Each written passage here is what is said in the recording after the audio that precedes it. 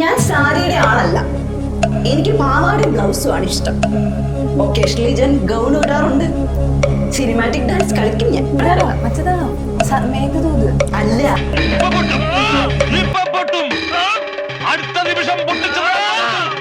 ഇവിടെ വയറൊക്കെ കാണിക്കുന്ന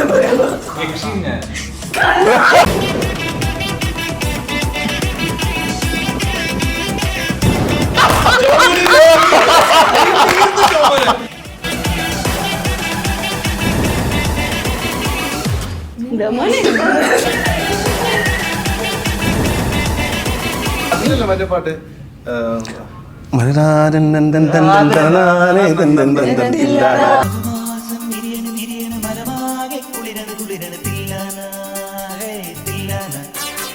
നമ്മളിവിടെ ഒരു ഗെയിം കളിച്ചോണ്ടിരിക്കുകയായിരുന്നേ. ഗെയിമിന്റെ പേര് ആരാണ് ഞാൻ. നമ്മളൊരു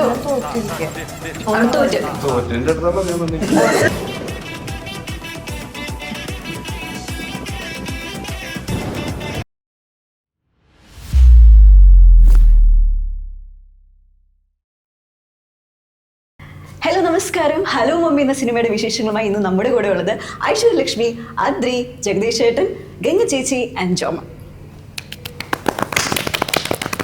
സുഖമല്ലേ എല്ലാവർക്കും? സുഖം, പരമസുഖം. പരമസുഖമായിരിക്കുന്നു.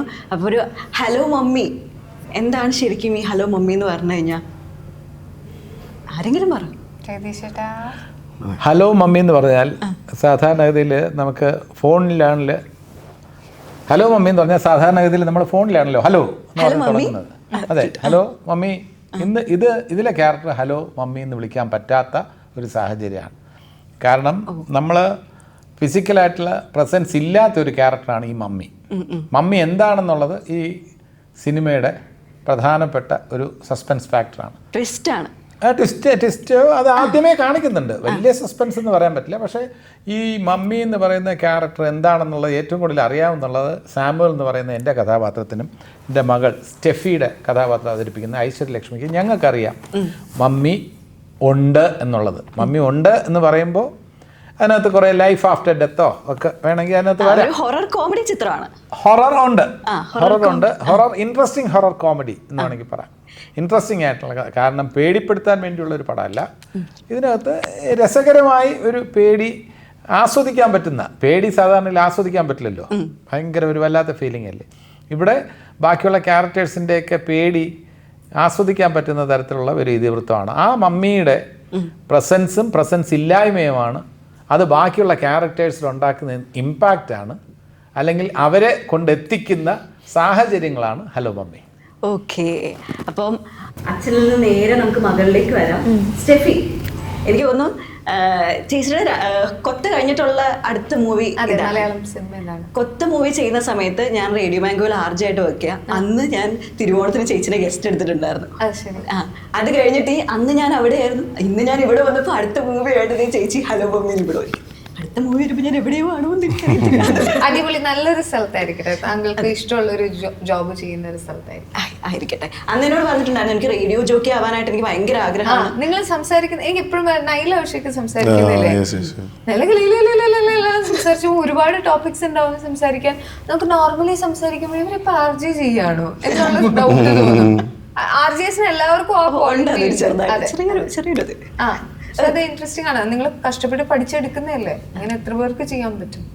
ഈ സ്റ്റെഫി എന്നുള്ള ക്യാരക്ടർ ശരിക്കും എങ്ങനെയാണ്? ഒരു മൊത്തത്തിലൊരു ചേഞ്ച് ഉണ്ട് കാണാൻ, അപ്പിയറൻസിൽ തന്നെ ഭയങ്കര ചേഞ്ച് ഉണ്ട് കാണാൻ, സ്പെക്സിൽ വ്യത്യാസം. ഈ ഒരു ക്യാരക്ടർ ശരിക്കും എങ്ങനെയാണ് ഇതുവരെ ചെയ്തു വന്ന ക്യാരക്ടേഴ്സ് വെച്ചിട്ട്? കുറച്ചും കൂടെ ലൈറ്റർ ആയിട്ടുള്ള, ലെസ് ഇന്റൻസ് ആയിട്ടുള്ള ഒരു ക്യാരക്ടറാണ്. ഇപ്പൊ വരത്തനിൽ കടന്നു പോകുന്ന പോലത്തെ സിറ്റുവേഷനോ അല്ലെങ്കിൽ കാണേയില് സ്നേഹ എന്ന് പറഞ്ഞ ക്യാരക്ടറിന്റെ ആംഗിനിയോ അങ്ങനെയല്ല. ഇത് കുറച്ചും കൂടി ഒരു ലൈറ്റർ സ്പേസിൽ. കോൺഫ്ലിക്ട്സ് ഉണ്ടോയെന്ന് ചോദിച്ചാൽ സ്റ്റെഫിയുടേതായ കോൺഫ്ലിക്ട്സും ലൈഫിലെ പ്രോബ്ലംസും, ഇപ്പോൾ സാറ് പറഞ്ഞ പോലെ എനിക്കും സാറിന് മാത്രം അറിയുന്ന കുറച്ച് സീക്രറ്റ്സും ഒക്കെയുള്ള ആളാണ്. അങ്ങനെയാണ്. പക്ഷെ ബേസിക്കലി ഒരു പഠിപ്പിസ്റ്റായ മലയാളി കുട്ടിയാണ്. അതിന്റെയാണോ സ്പെക്സ് ഒക്കെ ഉള്ളത്? ഓക്കെ, പഠിപ്പിസ്റ്റുകൾക്കാണ് സ്പെക്സ് മെയിൻ. അങ്ങനെയല്ല, നമ്മള് യൂഷ്വലി അസോസിയേറ്റ് ചെയ്യുന്ന ആളെ പഠിച്ച് കണ്ടുപോയി എന്നൊക്കെയുള്ള രീതിയിലാണല്ലോ പറയാ. പഠിക്കാത്ത ഒരുപാട് പേർക്കുണ്ട് ചേച്ചി, അതങ്ങ് അത് ഒരു സംഭവം അത് വെറുതെ പറയണ. എന്നാലും ഒരു nerd എന്നൊക്കെ പറയുമ്പോൾ നമ്മളൊരു ഒരു official nerd ആണ്. ആ അതെ, അങ്ങനെ അതിൽ നിന്ന് ഡിറൈവ് ചെയ്തതാണ്. കന്നഡയുള്ളവരെല്ലാം പഠിപ്പിസ്റ്റുകളല്ല, പക്ഷെ പഠിപ്പിസ്റ്റുകളിൽ ഭൂരിഭാഗവും കന്നഡയുള്ളവരാണ്. അതെ, അതുകൊണ്ടാണ് എനിക്ക് ക്ലാരിറ്റി. അല്ല ഞാൻ തമിഴിലുള്ള ടോപ്പിക്ക് കിട്ടിയില്ലേ? തമിഴില് നിങ്ങളുടെ മമ്മി ഹിന്ദിക്കാരിയാണോ? ഇത് കൂടുതൽ അല്ലേ? മമ്മി എന്താണെന്ന് ആദ്യമായിട്ട് പ്രേക്ഷകർക്ക് ഒരു സ്വാതന്ത്ര്യം കൊടുക്കുകയാണ് ഒരു സിനിമയിൽ. സാധാരണ ഇതിൽ ഒരു കഥാകൃത്ത് പറയുന്നതാണല്ലോ ഒരു കഥാപാത്രം. ഇതിൽ പ്രേക്ഷകർക്ക് ഒരു സ്വാതന്ത്ര്യമുണ്ട്. ഈ മമ്മി എവിടത്തെ കാര്യമാണെന്ന് നിങ്ങൾക്ക് തീരുമാനിക്കാം. മമ്മിയുടെ രൂപം എന്താണെന്ന് നിങ്ങൾക്ക് തീരുമാനിക്കാം. രൂപമില്ല, അതൊക്കെ നിങ്ങൾക്ക് തീരുമാനിക്കാം. അത് നിങ്ങൾക്ക് തീരുമാനിക്കാം. എല്ലാം നമുക്ക് നിങ്ങൾക്ക് വേണമെങ്കിൽ സാന്നിധ്യം അനുഭവപ്പെടാം, നിങ്ങൾക്ക് അവിടെ ഉണ്ടെന്ന് ഫീലിംഗ് നിങ്ങൾക്ക് ഉണ്ടാകാം. അത് ഓരോ വ്യക്തിയെ ആശ്രയിച്ചിരിക്കുന്നു, ഒരു പ്രേക്ഷകനെ ആശ്രയിച്ചിരിക്കുന്നു. ചിലർക്ക് തോന്നും അതവിടെ ഉണ്ട്, ഈ ഭാഗത്ത് നിന്നല്ലേ വരുന്നത്, അവിടെ ഉണ്ട് എന്ന് തോന്നിയേക്കാം. അവർ സുന്ദരിയാണെന്ന് തോന്നിയേക്കാം, അവരത്ര സൗന്ദര്യമില്ലാത്തവരാണെന്ന് തോന്നിയേക്കാം. അത് നിങ്ങളുടെ ഒരു പെർസ്പെക്റ്റീവിലാണ് ഈ മമ്മി ഉള്ളത്. അപ്പൊ അത്ര സ്വാതന്ത്ര്യം പ്രേക്ഷകർക്ക് കൊടുത്തിരിക്കുകയാണ് കഥാകൃത്ത്. നിങ്ങൾ സിനിമ കാണണം. അതെന്തായാലും നമ്മൾ ചെയ്യണമല്ലോ. ഇപ്പൊ ചേട്ടന്റെ ക്യാരക്ടർ എങ്ങനെയാ ഈ ഒരു സിനിമയിൽ? ഇപ്പോ ഞാൻ കൂടുതൽ ചേട്ടന്റെ പഴയ ഇറങ്ങിയ ഹിറ്റ് റീൽസ് ഒക്കെ ഇല്ലേ, അത് കഴിഞ്ഞിട്ട് പിന്നെ കുറെ നാളത്തെ ഒരു ഗ്യാപ്പിന് ശേഷമാണ് ചേട്ടൻ ഈ സിനിമയിൽ കാണുന്നത്. അപ്പൊ ഈ സിനിമയിലെ ക്യാരക്ടർ എങ്ങനെ, അളിയനാണോ ചേട്ടനാണോ നായകൻ? നായകന്റെ കൂട്ടുകാരൻ എന്ന് പറയുന്ന ഒരു പരിപാടി കുറച്ചു കാലത്തേക്ക് ഞാനിങ്ങനെ കണ്ടിന്യൂസ് ആയപ്പോ അതൊക്കെ വേണ്ടിട്ട് നായകന്റെ അളിയനാണ് പ്രത്യക്ഷത്തിൽ കൂട്ടുകാരനായ അളിയൻ. ഈ റീൽസ് ചെയ്തുകൊണ്ടിരിക്കുന്നവരെല്ലാം സൂക്ഷിക്കേണ്ടിയിരിക്കുന്നു. ഇവരെല്ലാം വളരെ പ്രേക്ഷക ശ്രദ്ധ പിടിച്ചു പറ്റി മുന്നേറിക്കൊണ്ടിരിക്കുകയാണ്. ഫാൻസ് കൂടി വരികയാണ്. അതെ അതെ അതെ. ഇപ്പൊ ഞാൻ ഈ പറയുന്ന പോലെ അളിയന്റെ ക്യാരക്ടറാണ് ഞാൻ ഈ സിനിമ. അളിയൻ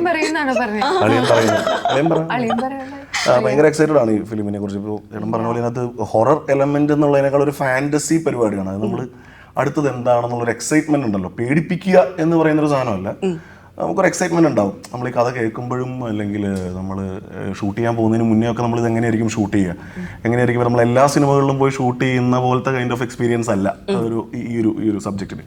അപ്പോൾ അത് സെറ്റിൽ ഉണ്ടാവുക എന്ന് പറയുമ്പോഴും അതിനൊരു ഫണ്ട് ഉണ്ടാവും. ആ രീതിയിൽ എല്ലാ രീതിയിലും എൻജോയ് ചെയ്തിട്ടുള്ളൊരു ഫിലിമാണ്. ഇപ്പൊ റെഡിയാമാരൻ റെഡിയാണ് ഈ നാരി ഭയങ്കര ഹിറ്റ് ആയിക്കൊണ്ടിരിക്കുകയാണ്, അതിന്റെ റീൽസുകൾ വന്നുകൊണ്ടിരിക്കുകയാണ്. അപ്പൊ നാരി ഇവിടെ ഉണ്ട്, മാരൻ ഇവിടെ ഇല്ല. ശരിക്കും ഡാൻസിന്റെ ഒരു സംഭവങ്ങളൊക്കെ എങ്ങനെ ഉണ്ടായിരുന്നു? കാരണം അതിനകത്ത് ഭയങ്കര അടിപൊളിയായിട്ട് ഡാൻസ് കളിക്കുന്നതൊക്കെ കാണാം. എങ്ങനെ ഉണ്ടായിരുന്നു പ്രാക്ടീസ് സെഷനും അതിന്റെ ഒരു ഷൂട്ടും കാര്യങ്ങളും ഒക്കെ? അദ്രി അടിപൊളിയായിട്ട് ഡാൻസ് കളിക്കും. ഒരിക്കലും അല്ല, അദ്രി നന്നായിട്ട് ഡാൻസ് കളിക്കും. ഞാനും ഷാർഫിക്കയും അല്പം കഷ്ടപ്പെട്ടിട്ടുണ്ട്. പക്ഷെ പുള്ളി അതിൽ ആ ഒരു ടെറസിന്റെ മുകളിലുള്ള ഒരു സീക്വൻസിൽ നോക്കിയാൽ പുള്ളി ആ ഒരു താളം നന്നായിട്ട് ഉള്ള ഒരു മനുഷ്യനാണ്. അതെ, നന്നായിട്ട് അത് എൻജോയ് ചെയ്ത് കളിക്കും. പക്ഷെ അതിന് എടുത്തിരിക്കുന്ന എഫേർട്ട് എന്ന് പറയുന്നത് ഭയങ്കരമാണ്. അത് കാണിക്കുന്നില്ലല്ലോ. പാട്ടിന്റെ ബീച്ചിനേക്കാളും കൂടുതലായിരുന്നു എന്റെ ചങ്കെടുപ്പ്. എഫേർട്ട് ഇടേണ്ടതുണ്ട്. നമ്മളെല്ലാം പാട്ട് എന്താ പറയാ, നമ്മൾ വൈകുന്നേരം നൈറ്റാണ് പാട്ട് ഷൂട്ട് ചെയ്തത്. അപ്പോൾ ഇതിന്റെ ഒരു ഏറ്റവും വലിയൊരു ഗുണം എന്താണെന്ന് വെച്ചാൽ ഷൂട്ട് തുടങ്ങി ഒരാഴ്ച തന്നെ നമ്മൾ ആ പാട്ട് ഷൂട്ട് ചെയ്തു. അപ്പോൾ നമുക്ക് എല്ലാവർക്കും ഇന്നാവാനും എല്ലാവരും കുറച്ചുകൂടി ആ പടത്തിന്റെ ഫൺ മൂഡിലേക്ക് കയറാനും ഭയങ്കര ഹെൽപ്ഫുൾ ആയിരുന്നു. ഇപ്പോൾ ഞാനും ജോമോനും ഒക്കെ ആണെങ്കിലും ആദ്യം ഷൂട്ട് ചെയ്യുന്ന ആ ഒരു ഏരിയയാണ്. അപ്പോൾ നമ്മൾ പ്രാക്ടീസിന്റെ സമയത്താണെങ്കിലും ആ രീതിയിൽ പാട്ട് നമ്മൾ ഭയങ്കരമായിട്ട് എൻജോയ് ചെയ്തിട്ട് ചെയ്തൊരു പരിപാടിയാണ്.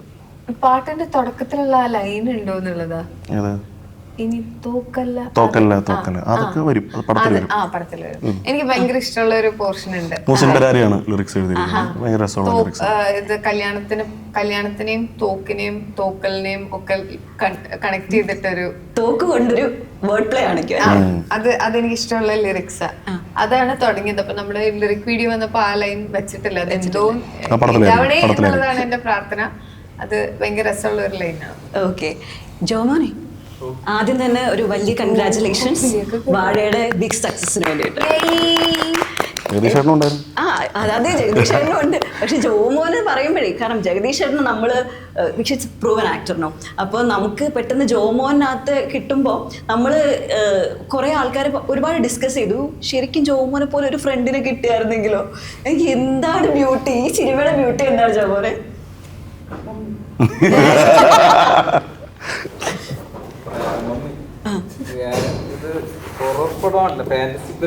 പോയി ഫോൺ മൈക്ക് എവിടെ? ആ വെച്ചു. ആ ഉണ്ട്. അല്ല അതെടുത്തോ.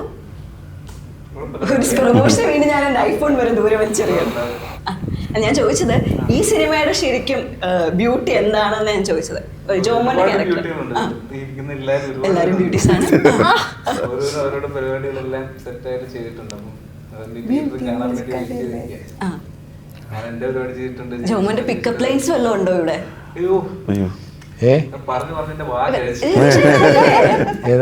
പിക്കപ്പ് ലൈൻസ് ഉണ്ടോ? ജഗദീഷിന് വേണ്ടി വരണം. ജഗദീഷേട്ടന് വേണ്ടിയിട്ട് ഒരു പിക്കപ്പ് ലൈൻ. അടിപൊളിയാ.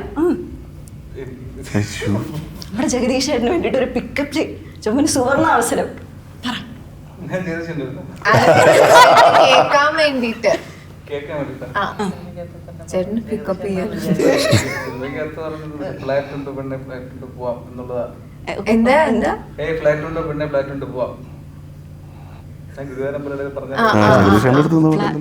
ജഗദീഷേട്ടനെ നോക്കി ഒരു പിക്കപ്പ് ലൈൻ പറഞ്ഞു.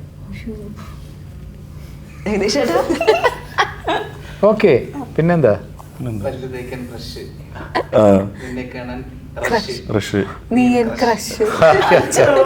ഞങ്ങളുടെ ഗുരുവാണ് ജഗദീഷ്. എല്ലാം ഇതാണ് പുള്ളിയുടെ മെയിൻ. ഇതിന് കുറെ ഫാൻസ് ഉണ്ട്. നരസിംഹത്തിന്റെ സ്പൂഫിന് ഇപ്പോഴും കുറെ ഫാൻസ് ഉണ്ട്. അതിന്ന് അടുത്തേക്ക് വന്നു കഴിഞ്ഞാൽ നായകന്റെ അമ്മയാണ് അല്ലേ? എങ്ങനെയുണ്ട് മോൻ? നല്ല ചോദ്യം. മോന്റെ ക്യാരക്ടർ എങ്ങനെയാണെന്ന് മോനായതുകൊണ്ട് പറയില്ല. അമ്മയുടെ സ്ഥാനത്തോട് പറയൂ. എങ്ങനെയുണ്ട് നമ്മുടെ ബോണി? ബോണിയുടെ അമ്മ സോയമ്മ എന്നാണ് എൻ്റെ ക്യാരക്ടറിൻ്റെ പേര്. ബോണി അത്യാവശ്യം അലമ്പൊക്കെ ഉള്ള ഒരാളാണ്. അപ്പോൾ ബോണിയെ കുറിച്ച് ആൾക്ക് നല്ല കൺസേൺ ഉണ്ട്. ബോണി ഒരിടത്ത് എത്താത്തതിനകത്ത് ടെൻഷൻ ഉണ്ട്. ബോണിയുടെ അച്ഛൻ്റെ ക്യാരക്ടർ ചെയ്യുന്ന ജോണി ആന്റണി ചേട്ടൻ്റെയും ഇടയിൽ സാധാരണ രണ്ടും ഭയങ്കര മെസ്സിയാണെന്ന് തോന്നുന്നല്ലേ? ട്രെയിലറിനകത്ത് കാണിക്കുന്നുണ്ട് അച്ഛനും ഒരു വഴിക്ക് മോനും ഒരു വഴിക്ക്. അതിൻ്റെ ഇടയിൽ നിന്ന് കുറച്ച് ഉഴലുന്ന ഒരമ്മയാണ്. അപ്പോൾ ഈ അമ്മയെ സംബന്ധിച്ചിടത്തോളം ബോണിയുടെ എല്ലാ പ്രശ്നത്തിൻ്റെയും സൊല്യൂഷനാണ് കല്യാണം. നമ്മൾ പൊതുവെ പറയുമല്ലോ, ഒരു കല്യാണം കഴിപ്പിച്ചാൽ എല്ലാം ശരിയാകും എന്ന് പറയുന്ന മോഡിലാണ് അമ്മ. അപ്പോൾ ഈ കല്യാണം കഴിപ്പിക്കാൻ ബോണീനെ അവിടെ കല്യാണം കഴിപ്പിക്കാൻ എഫേർട്ട് എടുക്കുന്ന ആള് അമ്മയാണ്. കല്യാണമാണ് എല്ലാത്തിൻ്റെ തുടക്കം. ജഗദീഷേട്ടൻ എന്ത് വിചാരിക്കുന്നു? ഒരു കല്യാണം കഴിച്ചാൽ എല്ലാ ആൾക്കാരൊക്കെ ശരിയാവൂ? കല്യാണം കഴിച്ചാൽ ഉണ്ടാകുന്ന പ്രശ്നങ്ങളെക്കുറിച്ച് നേരത്തെ ഒരു ക്ലാസ് ഞാൻ എടുക്കുന്നുണ്ട്. ഈ കല്യാണത്തിൽ ബോണിയോട് ഞാൻ പറയുന്നുണ്ട്, സാധാരണഗതിയിലുള്ള ഒരു കല്യാണം ആയിരിക്കില്ല എന്ന് ബോണിയുടെ അടുത്ത് ഞാൻ വാർണിംഗ് കൊടുക്കുന്നുണ്ട്. പക്ഷേ അത് തമാശയായിട്ടാണ് എടുക്കുന്നത്. കാരണം ഇവരൊക്കെ അല്ലേ കൂട്ടുകാർ. അപ്പോൾ ഇവർ പറയുന്നത് അതൊന്നും കാര്യമില്ല. ഞാൻ പ്രൊഫസറാണ് ഇതിനകത്ത്, സാമുവൽ. അപ്പം ഞാൻ പറയുന്നതിൽ വലിയ കാര്യമൊന്നുമില്ല, ഞാൻ പഴഞ്ചനാണ്, അതുകൊണ്ട് ഇങ്ങനെ പറയുന്നതൊന്നും ശ്രദ്ധിക്കേണ്ട എന്നാണ് ഇവർ അഡ്വൈസ് ചെയ്ത് കൊടുക്കുന്നത്. പക്ഷേ ഞാൻ പറയുന്നതിൽ കാര്യമുണ്ടെന്ന് ബോണിക്ക് മനസ്സിലാവും. അതാണ് ഇപ്പൊ കല്യാണം കഴിച്ചാൽ നന്നാവാതിരിക്കും. കല്യാണം കഴിച്ചാൽ നന്നാവാൻ സാധ്യതയുണ്ട്, പക്ഷെ ചില കാര്യങ്ങളിൽ ശ്രദ്ധിക്കണം. അത് ശ്രദ്ധിക്കുന്നുണ്ടോ എന്നുള്ളതാണ് സിനിമ. ചേട്ടൻ കുറെ നാളത്തിന് ശേഷമാണ് തോന്നുന്നു ഒരു കോമഡി ക്യാരക്ടർ. എനിക്ക് ട്രെയിലർ കണ്ടത് കോമഡി പോലെ തോന്നി. കുറെ നാളിന് ശേഷമാണല്ലേ ഇതിനകത്ത് അങ്ങനെ ഒരു ക്യാരക്ടർ? ഇതിനകത്ത് കോമഡിയുടെ ഭാഗമാണ് ഞാൻ. എൻ്റെ പെർഫോമൻസ് എല്ലാം കോമഡിയാണെന്ന് പറയാൻ കഴിയില്ല, പക്ഷേ കോമഡി സീക്വൻസുകളിൽ എൻ്റെ സജീവ സാന്നിധ്യം. ജഗദീഷന്റെ ക്യാരക്ടർ വരുമ്പോൾ ആ സിറ്റുവേഷനിലേക്ക് ജഗദീഷന്റെ ക്യാരക്ടർ വരുമ്പോൾ അതാണ് എൻ്റെ റിസൾട്ട് ഹ്യൂമർ ആയിരിക്കും. എന്നാൽ ഇപ്പോൾ ഞാൻ ചെയ്തുകൊണ്ടിരിക്കുന്ന വേഷങ്ങൾ പോലെ അത്യാവശ്യം സെന്റിമെന്റ്സും ഉണ്ടാവും. അതുണ്ടാവും, പ്രതീക്ഷിക്കാം. പ്ലെയിൻ ഹ്യൂമർ അല്ല, കുറച്ചൊരു എൻ്റേതായിട്ടുള്ള ഇപ്പോൾ ഞാനിപ്പോൾ ചെയ്തുകൊണ്ടിരിക്കുന്ന ചില കഥാപാത്രങ്ങളുടെയൊക്കെ പോലെ തന്നെ അതിനകത്തൊരു ഇമോഷണൽ കണ്ടന്റ് ഉണ്ടാവും. അപ്പോൾ ഞാൻ ചെയ്യുന്ന ഹ്യൂമറസ് ക്യാരക്ടേഴ്സിന് പോലും എവിടെയെങ്കിലുമൊക്കെ കുറച്ചൊരു സെൻറ്റിമെൻറ്റ്സോ ഇമോഷൻസോ ഉണ്ടാവണമെന്ന് എനിക്ക് ആഗ്രഹമുണ്ട്. എപ്പോഴും അത് കിട്ടണമെന്നില്ല. അല്ലാത്ത റോൾസും എനിക്ക് ഓക്കെയാണ്. പക്ഷേ ഈ സിനിമയിൽ ഹ്യൂമറിനോടൊപ്പം തന്നെ വേറെ ചില ഷെയ്ഡ്സ് ഉണ്ട്. ഒരു പിതാവിൻ്റെ വാത്സല്യം, ഒരു പിതാവിൻ്റെ സ്നേഹം, പിതാവിൻ്റെ ഉത്തരവാദിത്വം, അതെല്ലാം ഉള്ള ഒരു കഥാപാത്രമാണ് സാമുവൽ. ഓക്കെ, ഐശ്വര്യ ചേച്ചി, ഇപ്പോൾ ചേച്ചി കണ്ടിട്ടുള്ള ഒരുപാട് മലയാള സിനിമകൾ, പ്രേതത്തിൻ്റെ മലയാള സിനിമകളൊക്കെ ഉണ്ടാവും. ചേച്ചിയുടെ ഒരു പേഴ്സണൽ ഫേവറേറ്റ് ആയിട്ടുള്ളൊരു സിനിമ ഏതാ അങ്ങനെയാണ് നമ്മുടെ മലയാളത്തിലെ? ഞാൻ തിയേറ്ററിൽ കണ്ടതും ഒരുപാട് പേടിച്ചതും ആകാശഗംഗയാണ്. ആ സമയത്ത് ഒരുപാട് പേടിച്ചിരുന്നു. രണ്ടാമത് അതെടുത്ത് കണ്ടിട്ടില്ല. എനിക്ക് ഇപ്പോഴും പേടി വരുമോ എന്നുള്ള ഒരു പേടി കാരണം. പിന്നെ മണിച്ചിത്രത്താഴിന്റെ തുടക്കത്തിലുള്ള മ്യൂസിക് ഉണ്ടല്ലോ, ഇപ്പൊ റീ റിലീസിന് മുന്നേ ഈ ഡോർ ആക്ച്വലി തെക്കിനി ഇതിന്റെ ഡോറ് തുറക്കുന്ന സമയം തെക്കിനി അല്ല, തെക്കിനി ഉള്ളിൽ സിനിമ കഴിഞ്ഞ് കുറച്ച് എന്റെ മാടമ്പള്ളി തറവാട് തുറക്കുമ്പോ സിനിമയുടെ തുടക്കത്തിൽ തന്നെ അവിടെ ഒരു മ്യൂസിക് ഉണ്ട്. ഞാൻ വീട്ടില് ഇത് പ്രൈമിലാണെന്ന് തോന്നുന്നു, അത് വെച്ചപ്പോ ഞാൻ പ്രൊജക്ടറിൽ വെക്കുകയാണ്. നല്ല സ്പീക്കറിൽ സൗണ്ട് ആയിട്ട് ലൈറ്റ് ആയിട്ടൊന്ന് പേടിയായിട്ട് ഞാൻ ഓഫ് ചെയ്തിട്ടുണ്ട്. കാരണം മ്യൂസിക്കിൽ തന്നെ ഞാൻ പേടിച്ചു. ഞാൻ എത്ര പ്രാവശ്യം കണ്ട സിനിമയാണ്, ഞാൻ ഏറ്റവും കൂടുതൽ തവണ കണ്ടിട്ടുള്ള സിനിമയാണ് മണിച്ചിത്രത്താഴ്. പക്ഷെ എന്നിട്ടും എനിക്ക് ആ മ്യൂസിക്കിന് വരെ എന്നെ പേടിപ്പിക്കാൻ പറ്റി. അപ്പം സത്യം പറഞ്ഞാൽ ഞാൻ ഹൊറർ സിനിമ അത്ര കാണാറില്ല. നമ്മുടെ ആളാണല്ലേ.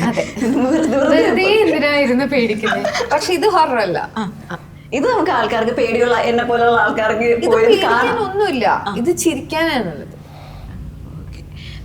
എന്നാ പിന്നെ നമുക്കൊരു ചെറിയ ഒരു ഗെയിം സെഷൻ. കൊറേ നേരം അവിടെ ക്ഷീണിച്ചൊക്കെ ഞാൻ ഇടയ്ക്ക് കോട്ടുമൊക്കെ ഇടുന്നുണ്ട്. ഓക്കെ, ഞാന് എന്തിനാ ഒരു പേര്, ആരാണ് ഞാൻ എന്നാണ് ഇതിന് നമുക്ക് തൽക്കാലം ഇതിനൊരു പേര്. ആരാണ് നീ? ആരാണ് ഞാൻ? ഞാന് കുറച്ച് പ്രേതങ്ങളുടെ ഹിന്റ് പറയും. ആ ഹിന്റ് കേട്ടിട്ട് കണ്ടുപിടിക്കുക. അദ്രി പറയും. അല്ല, അദ്രിക്കും ജോമോനും കറക്റ്റ് ആയിട്ട് എല്ലാവർക്കും അവസരമുണ്ട്. ആർക്ക് വേണേ പറയാം. എല്ലാരും പറയാം. സൂപ്പർ അല്ലേ? സൂപ്പർ സെറ്റ് സൂപ്പർ ആവണേ. ഞാനൊരു ന്യൂജൻ പ്രേതമാണ്. ഞാൻ ഓരോ ക്ലൂ പറയുമ്പോ അതിന് മുമ്പ് കിട്ടിയ പറയാട്ടോ. ഉപദേശമാണ് എന്റെ മെയിൻ. ഓൺലൈൻ ഷോപ്പിംഗ് വീക്ക്നെസ് ആണ്. അതെ, മലയാളം പടങ്ങൾ മാത്രമേ ഉള്ളൂ ഇതില്. ഈശ്വര തെറ്റാണ്. കൂടലൻ നസ്രിയാണ്. പ്രേതത്തിന്റെ പേര് ഓർമ്മയുണ്ടോ? ജെനി. കറക്റ്റ്. അപ്പം അത് കറക്റ്റായി. സെക്കൻഡ്, ഞാൻ പാട്ട് പാടും നല്ലപോലെ, തിരുവാതിരയും കളിക്കും. പ്രേതങ്ങളുടെ ദേശീയ ഗാനം പാടിയത് ഞാനാണ്. കണ്ണിലൂടെ തീ പറത്തുന്ന സ്കില്ലൊക്കെ എനിക്കുണ്ട്. ആകാശഗംഗ. കറക്റ്റ്.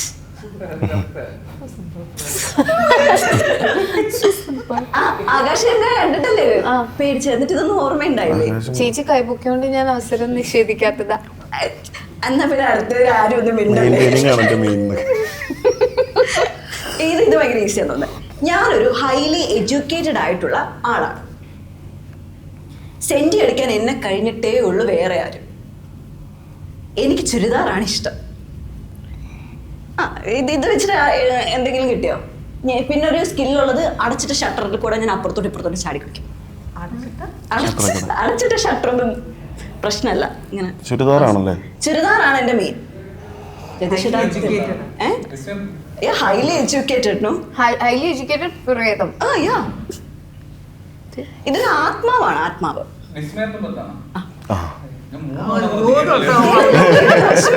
ഞാൻ കേട്ടില്ല സീരിയസ് ആയിട്ട് കേട്ടില്ല. വിസ്മയുടെ മൊത്ത പ്രേതത്തിന്റെ പേര്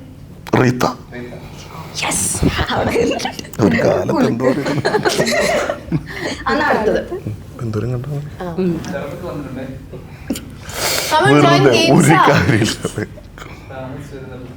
ഗെയിംസാ പോരുന്നോ? ഒരു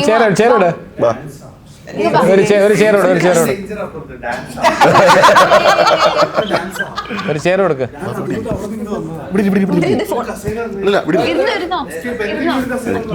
ഇങ്ങോട്ട് ചേർത്തെടുക്ക്. ബാ, ഇങ്ങോട്ട് ചേർത്തിട്. കസേരകൾ ചേർത്ത്.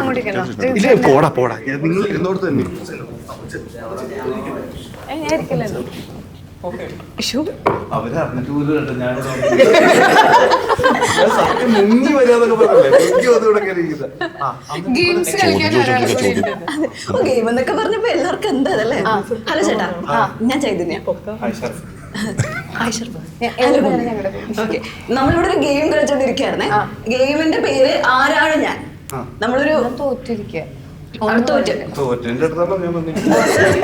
നാല് തോറ്റ് ആരെങ്കിലും ജയിപ്പിക്കണം.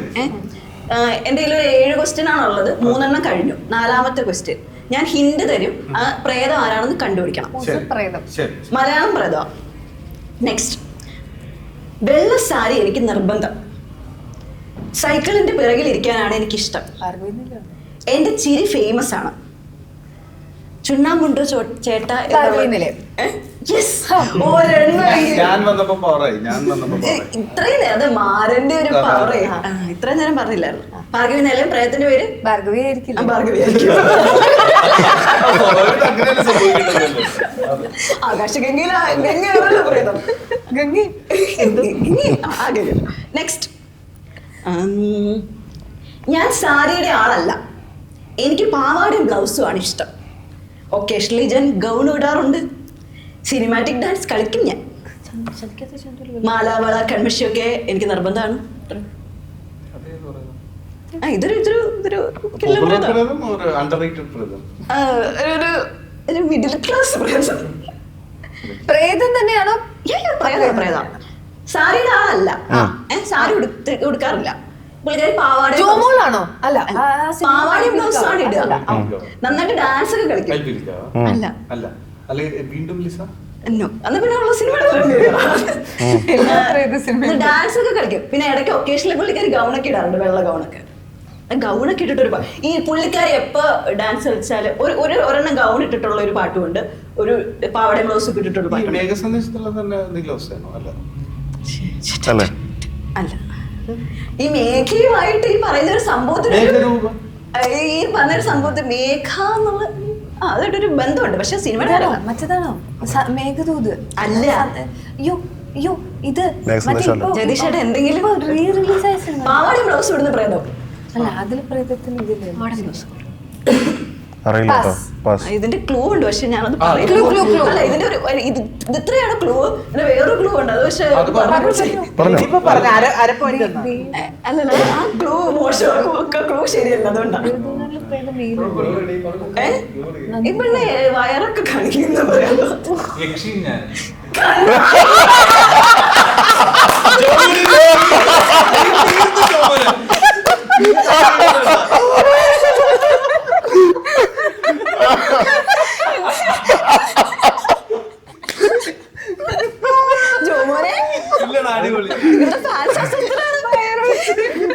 ഞാൻ എത്ര ക്ലൂ കൊടുത്തില്ലേ?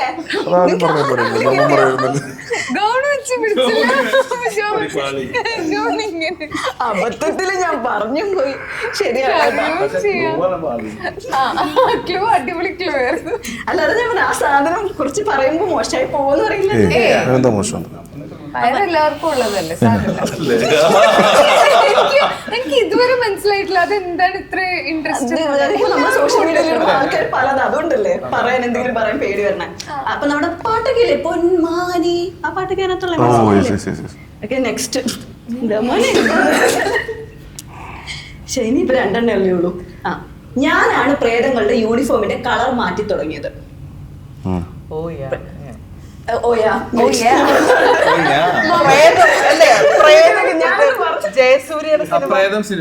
അല്ല, പല നിറത്തിലുള്ള സാരിയാണ് എന്റെ ഐഡന്റിറ്റി. ഇഡ്ഡലി സാമ്പാറുമാണ് എന്റെ മെയിൻ. ഇഡ്ഡലി സാമ്പാർ കഴിക്കുന്ന കേരളത്തിലെ ആദ്യത്തെ പ്രേതം. പേര് പ്രേതത്തിന്റെ പേര്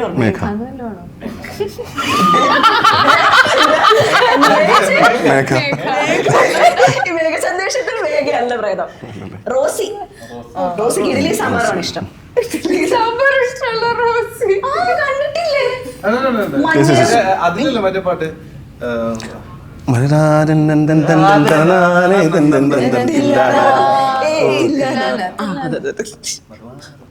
ഓക്കെ, ഇനി ലാസ്റ്റ്. ഇത് ഭയങ്കര ഈസിയാണ്. ഞങ്ങൾ കുടുംബത്തോടെ പ്രേതങ്ങളാണ്. ഇഷ്ടമല്ലാത്തവരുടെ കണ്ണടിച്ച് കളയുക, ഡാൻസ് കളിക്കുക, മാങ്ങ പറിക്കുക എന്നതൊക്കെയാണ് എന്റെ മെയിൻ ഹോബി. കുടുംബത്തോടെ പ്രേതങ്ങളല്ലേ? ഞങ്ങൾ സംഘടനയിലെ ഏറ്റവും ബേബി സ്റ്റാർ ഞാനാണ്. ഞാൻ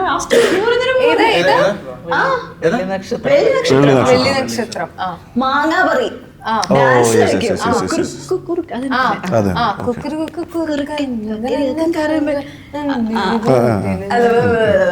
അപ്പൊ ഇതോടെ നമ്മുടെ ഗെയിം സെഷൻ ഇവിടെ ഇതിന്റെ പ്രേതത്തിന്റെ പേരറിയോ? വെള്ളി നക്ഷത്രത്തിലെ പ്രേതത്തിന്റെ പേര് മീനാക്ഷി. അല്ല, ഞാൻ കൊച്ചിന്റെ കാര്യം പറഞ്ഞ. Baby Meenakshi. Daughter of Meenakshi. അത് ഡോക്ടർ അല്ല. അല്ലേ? അല്ല അല്ല, അത് Such a build-up. ആമക്കുട്ടി. ആമക്കുട്ടി. ആമക്കുട്ടി.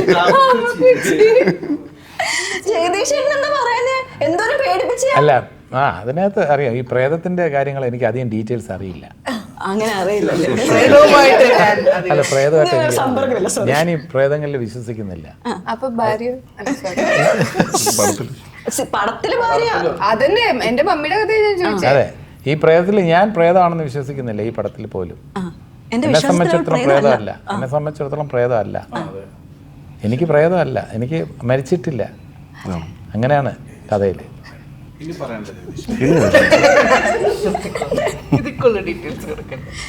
അല്ലെ, ഈ സിനിമയിലൊക്കെ പ്രേതം ഒരുപാട് ഇട്ട് ഓടിച്ച് കളിപ്പിക്കുന്ന അല്ലെങ്കിൽ പേടിപ്പിക്കുന്ന ഒരാളാണ് ജഗദീഷ് ചേട്ടൻ. അപ്പൊ ഞാൻ വിചാരിച്ചു ഇതിൽ ക്ലൂര് ചേട്ടൻ തന്നെ പറയുമായിരിക്കും.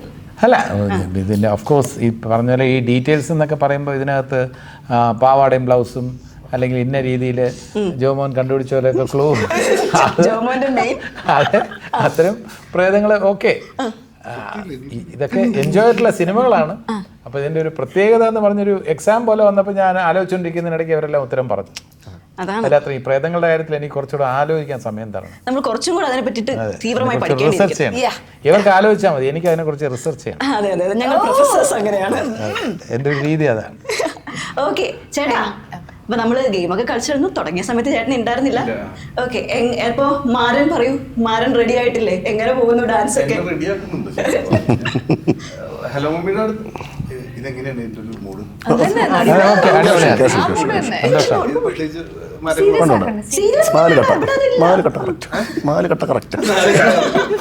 അല്ല, മമ്മി ഭയങ്കര ഇൻട്രസ്റ്റിംഗ് ആണ്. മമ്മി ഞാൻ തമ്മിൽ ചെറിയ പ്രശ്നത്തിലാണ്. അതാണ് അതിന്റെ ഒരു മമ്മി ഭയങ്കരമായിട്ട് കഷ്ടപ്പെടുന്നത് എനിക്ക് തോന്നുന്നു ബോണീനെയാന്ന് തോന്നുന്നു. മമ്മിക്ക് ബോണീനെ ഇഷ്ടമല്ല അല്ലേ എന്നുള്ളതാണ് അതിന്റെ ഒരു ചോദ്യം. ഞാൻ അറിയിക്കുന്നുണ്ടോ അത്?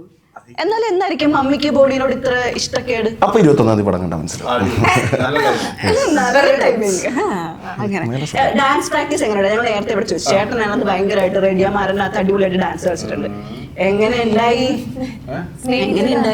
അത് വളരെ പെട്ടെന്ന് തന്നെ ഡാൻസിലേക്ക് ഡാൻസ് ചെയ്യേണ്ടി വന്നു.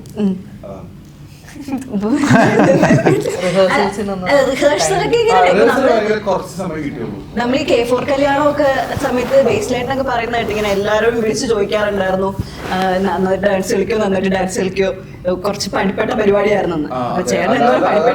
എനിക്കും ഈ പറഞ്ഞ പോലെ പെട്ടെന്നൊരു ഡാൻസ് സിനിമ തുടങ്ങി 2-ാമത്തെ ദിവസം വല്ല ഇതിലേക്ക് കയറി പെട്ടെന്ന് പാട്ടൊക്കെ ആ സമയത്ത് വന്നു. തലേ ദിവസം മാസ്റ്റർ വന്നു. ഒരു ദിവസത്തിന്റെ ഗ്യാപ്പിലാണ് ഞാൻ ആദ്യമായിട്ട് ഡാൻസ് ഇത്രയും ചെയ്യുന്ന ഒരു പരിപാടി വന്നത്. സ്കൂളിൽ പോലും ഡാൻസ് കളിച്ചിട്ടില്ല. ഇതാണ് നമ്മുടെ ഫസ്റ്റ് ഡാൻസ്. ഇപ്പൊ എല്ലാ റീൽസ് ഒക്കെ ചെയ്തില്ലേ? ചെയ്യാൻ പോകണമെന്നുള്ള ആലോചിക്കാനാണ് ഞങ്ങളോട് വന്നതാണ് എന്നും പറയാം. ശരിക്കും ബോണി എന്നുള്ള ക്യാരക്ടർ കുറച്ച് പ്രശ്നക്കാരനാണോ? കാരണം അമ്മ പറഞ്ഞു അച്ഛനും മോന്റെ ഇടയിൽ കിടന്ന് കുറെ കഷ്ടപ്പെടുന്നുണ്ടെന്ന്. ബോണി എന്നുള്ള ക്യാരക്ടർ എങ്ങനെയാ ശരിക്കും? കുഴപ്പമൊന്നുമില്ല, അങ്ങനെ വലിയ പ്രശ്നമുള്ള പയ്യനല്ല. അത് ചെറിയതായിട്ട് പുള്ളിക്ക് ഈ പറഞ്ഞ പോലെ ചെറിയ താന്തോന്നിത്തരമൊക്കെ ഉണ്ട്. അപ്പന്റെ സ്വഭാവത്തിൽ നിന്നൊക്കെ കയറി വരുന്നതാണ്. അപ്പൻ ജോണി ആന്റണിയാണ് കൂടുതൽ. അങ്ങനെ മാത്രം പറഞ്ഞാൽ മതി, കൂടുതലൊന്നും വേണ്ട. അപ്പൻ ജോണി ആന്റണിയാണ്, ആളൊരു ജോണി ആന്റണിയാണ് അപ്പൻ. ശരിക്കും ജോണി ആന്റണി തന്നെയാണ് ആ വേഷം കൈകാര്യം ചെയ്യുന്നത്. ഭാര്യ ഭാവമാണ്. ഭാര്യ വെറും ഭാവം അല്ലേ? ജഗദീഷ് ചേട്ടാ, നമുക്കൊരു പാട്ടായാലോ? നല്ല നമ്മുടെ ലാസ്റ്റ് ഫൈനലി നമുക്ക് എല്ലാവർക്കും ജോയിൻ ചെയ്യാം. ഹിന്ദിയിൽ അറിയാത്തൊരു പാട്ട് പാടും കേട്ടോ. 21-ാം തീയതി ജോയിൻ ചെയ്യണം. സാഗർ ജैसे आंखों वाली. അത് കുറച്ചിട്ട് വേറെ കുറച്ചുകൂടെ വേറെ ചാന്തക്ക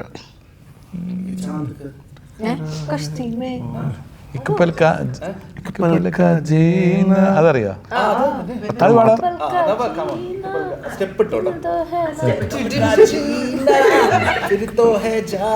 അതെ, റെഡി, നോക്കാം. ഓക്കെ. 1 2 3 step. एक पल का जीना फिर तो है जाना, क्या लेके जाइए दिल ये बताना, खाली हाथ आए थे हम खाली हाथ जाएंगे, बस प्यार के 2 मीठे बोल मिल झिलाएंगे, तो हंस क्योंकि दुनिया को है हंसाना, है मेरे दिल तू गाए जा, ए आए आओ आए आ, एक पल का जीना फिर तो है जाना, तोहफा का लेके जाइए दिल ये बताना, खाली हाथ आए थे हम खाली हाथ जाएंगे, बस प्यार के 2 मीठे बोल मिल झिलाएंगे, तो हंस क्योंकि दुनिया को है हंसाना, है मेरे दिल तू गाएगा,